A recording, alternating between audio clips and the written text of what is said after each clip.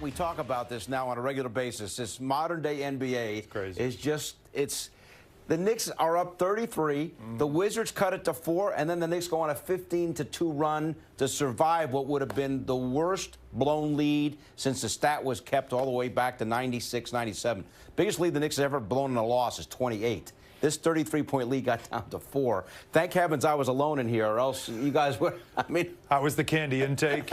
Because knowing you were like, you know, I mean, you're out hand to mouth. Wally's not here. You're out on the doing the game stuff. Support. I mean, I was just all you and every Knick fan watching right now, right? Like, I understand it. That's very relatable. But it is the NBA game. It is things that happen, and the obvious part of it was in that third quarter, the Wizards started making three. They couldn't make a three in the first half. I think we were 2 for 16, I believe, from downtown in the first half. 7 of 12 in that third quarter. Does it make sense? Of course it doesn't. Marcus Smart stepping into threes. I think he hit 3 or 4 of them in this game, and he got it going. And, you know, veterans in this league like him can just kind of feel like, I'm feeling good. Let me knock down some shots. You got to know how to turn off the water. And that's something the Knicks aren't recognizing defensively. Now, they held them off. Yes, they did. And they were able to get their offense back on track. The bigger story to me of this game is not really necessarily the almost blown lead. To me, the biggest story is how the ball moved in that first half. What they looked like offensively in that first half was more of what we were used to seeing throughout the season. That is the most important part, because that's the team that they need to find again before they get to the playoffs. No Jalen Brunson, Deuce McBride out with a bad groin. Good games from Cam Payne and also Tyler Kolek, who had a career-high 7 assists all in the second quarter. But it came down to the Knicks just keeping it together enough, Allen, as we take a look at the fourth quarter, to not blow this lead. Yeah. It was 92-88. They were within 4 in this fourth quarter. And you remember here, like, it was some turnovers, and you saw the Wizards just were starting to feel it. They were running. Tom Thibodeau called them a dangerous team before the game. He wasn't kidding. And here's Marcus Smart. You're going to step back with your hand down. I mean, that's what a vet's going to do. He's going to pull up from 3. You can't do that. And he loves getting himself fired up, talking to the crowd. This was a huge 3. This stemmed the tide right here, because it was a 4-point game, and you felt like another turnover and this thing could get ugly. But Cameron Payne came up with a huge 3-pointer there, and then Karl-Anthony Towns got it going. He was dominant in the paint, especially against Alex Sarr, the rookie. Knicks defense picked it up. OG Anunoby, a very determined drive right there. And, Bill, that's really what it took. Somebody had to make a big shot to wake things up, and you saw a couple other players, whether it was Towns, whether it was OG, and, of course, the defense that really got this thing going. Once it got to 92-88, the Knicks blow the Wizards off the court. Well, Brian Keefe made a couple of substitutions where he took a couple of the veterans out, put a couple of young guys in, and the Knicks were smart enough to recognize that they had to put the pedal to the metal and get this win. And they certainly did. So that third quarter is definitely something to worry about, but I still look at the first half and feel like that was a good sign. Points off turnovers, again, significant. 26 for the Knicks. Yeah, that's a big number for them. Over 25. I think it's 23-2 now this season, I believe, something like that. I didn't have a chance to look the stat up. So Wally would be on my case about this right now. But you just understand that it's a very good record when they're over 25 points off turnovers. It shows you that they did get their defense going again in this game. It has been a struggle of late. But let's point out that first quarter. To me, the first quarter was very important for them. They've had bad starts. You had a great number in the pregame. 11 of the Knicks' 15 first quarters since the All-Star break. They've been trailing. Yeah. In this one, they were up by 10. Yeah, shout out Skylar Darrell for that number. And it's a sign of a team that's got to be ready from the start of the game. They have not been of late. Is that fatigue? Is that just lack of focus? Whatever it is, they had to find it again. And against the Wizards team coming off a back-to-back, you're home. This is what you wanted to do. As I said, I loved the way Cameron Payne started this game. He got the start, and he just said, you know what? I'm going to be the catalyst. I'm going to be the guy to get us going. And that's exactly what he did. He knocked down a couple of threes. He was aggressive. Remember, in the Knick offense, Bill, the point guard position is not as much a distributor, facilitator, as it is a scorer. Somebody putting pressure on the defense. I love that back and forth there with him and Landry Shamet. But that's what Payne has to bring. Such an energetic guy, loves getting the start. It's his second start of the season, and the Knicks are 2-0. Kolek, all 7 of his assists came in the second quarter. And he was smart. Not only did he find OG Anunoby on one, but he kept looking for Mikal Bridges, who was the hot hand in the quarter. He was smart. Let me just find the guy that is making every shot, and I'll rack up assists that way. And also 0 turnovers, by the way, in his minutes out there. I love the way he came into this game, and he was aggressive when it comes to running the offense.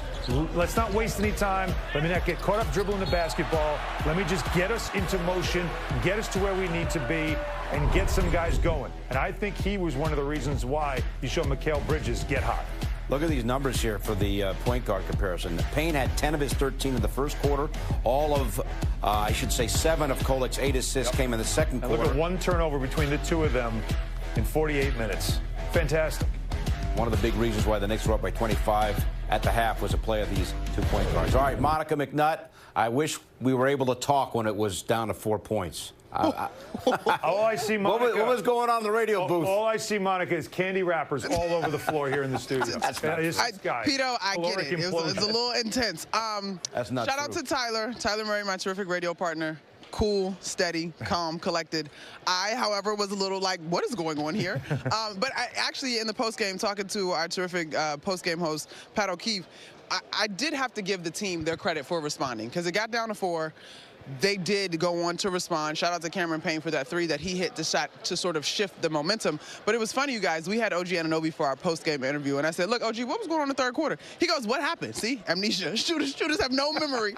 Then he goes, I said, you gave up the lead. He's like, oh, yeah, that's a confident group over there. They were down. They had nothing to lose. And he did add, we have to be better of making sure that teams remain uncomfortable and stand focused. But ultimately, the Knicks were able to pull it together when it mattered most to pull off this victory. And this is what they needed, guys. They needed to get home. They need to be able to sleep in their own beds, get on their own home court, shoot on their rims to sort of get the engines revving again in the right direction. And how big was it too, Monica? We'll get back to the third quarter stuff, but that first quarter, we've talked about the slow starts for this team. It has been a struggle of late. With Cam Payne making the start, he looked like a guy that said, I'm going to be part of the difference here. I'm going to get us off to a good start. He made a couple of shots early, knocked down a couple of threes, and the Knicks were able to just get that comfortable lead and not feel the pressure of having to climb back from a deficit in the first quarter. 11 of the past 15 first quarters were chasing the scoreboard. This is what we also were just talking about in our post game. I think if you have not followed Cameron Payne's career, the things that he adds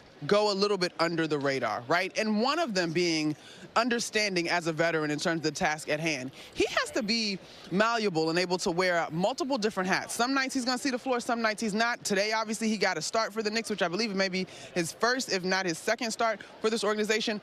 So to be able to do that with the right amount of focus, to be able to respond, what do you have, 13 tonight and 7 assists? Like, that is a skill that I don't know that folks necessarily appreciate because you fall in love with your stars. But your guys that have to be role players and have to answer the call when their number is called without really any consistency on when their number is going to be called, that should be appreciated. So a tip of the cap to Cam for sure. And Monica, the Knicks were down to their 4th point guard in this game as well, as Tyler Kolek got to play in the first half for the first time since January 1st.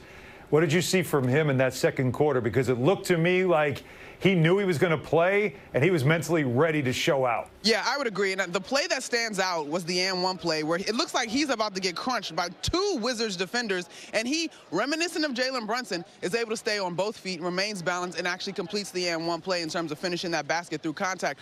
And then, of course, I heard you talking about it, Han. If it ain't broke, don't fix it. And that was him finding Mikal Bridges all throughout this ballgame. To pick up 7 assists in like 12 minutes of play, like who does that? What a night for that young man. And so I think tonight is important. Obviously, you want your guys to be as healthy as possible as the clock is about to start to strike postseason. However, you also want to see what's on our bench. And we all know that when it comes to Tom Thibodeau, his players have to earn his trust. And it's tough to do that because he's a little stingy when it comes to allowing guys to do that in terms of real game time. But I thought tonight was a big feather in the cap, so to speak, of Tyler Kolek. All right, Monica, great stuff as always. Save that dress. You know what, Pito?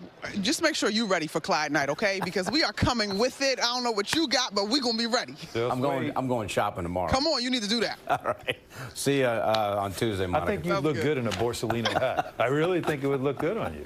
If I put on one of Clyde's coats, it'd probably go down to my ankles.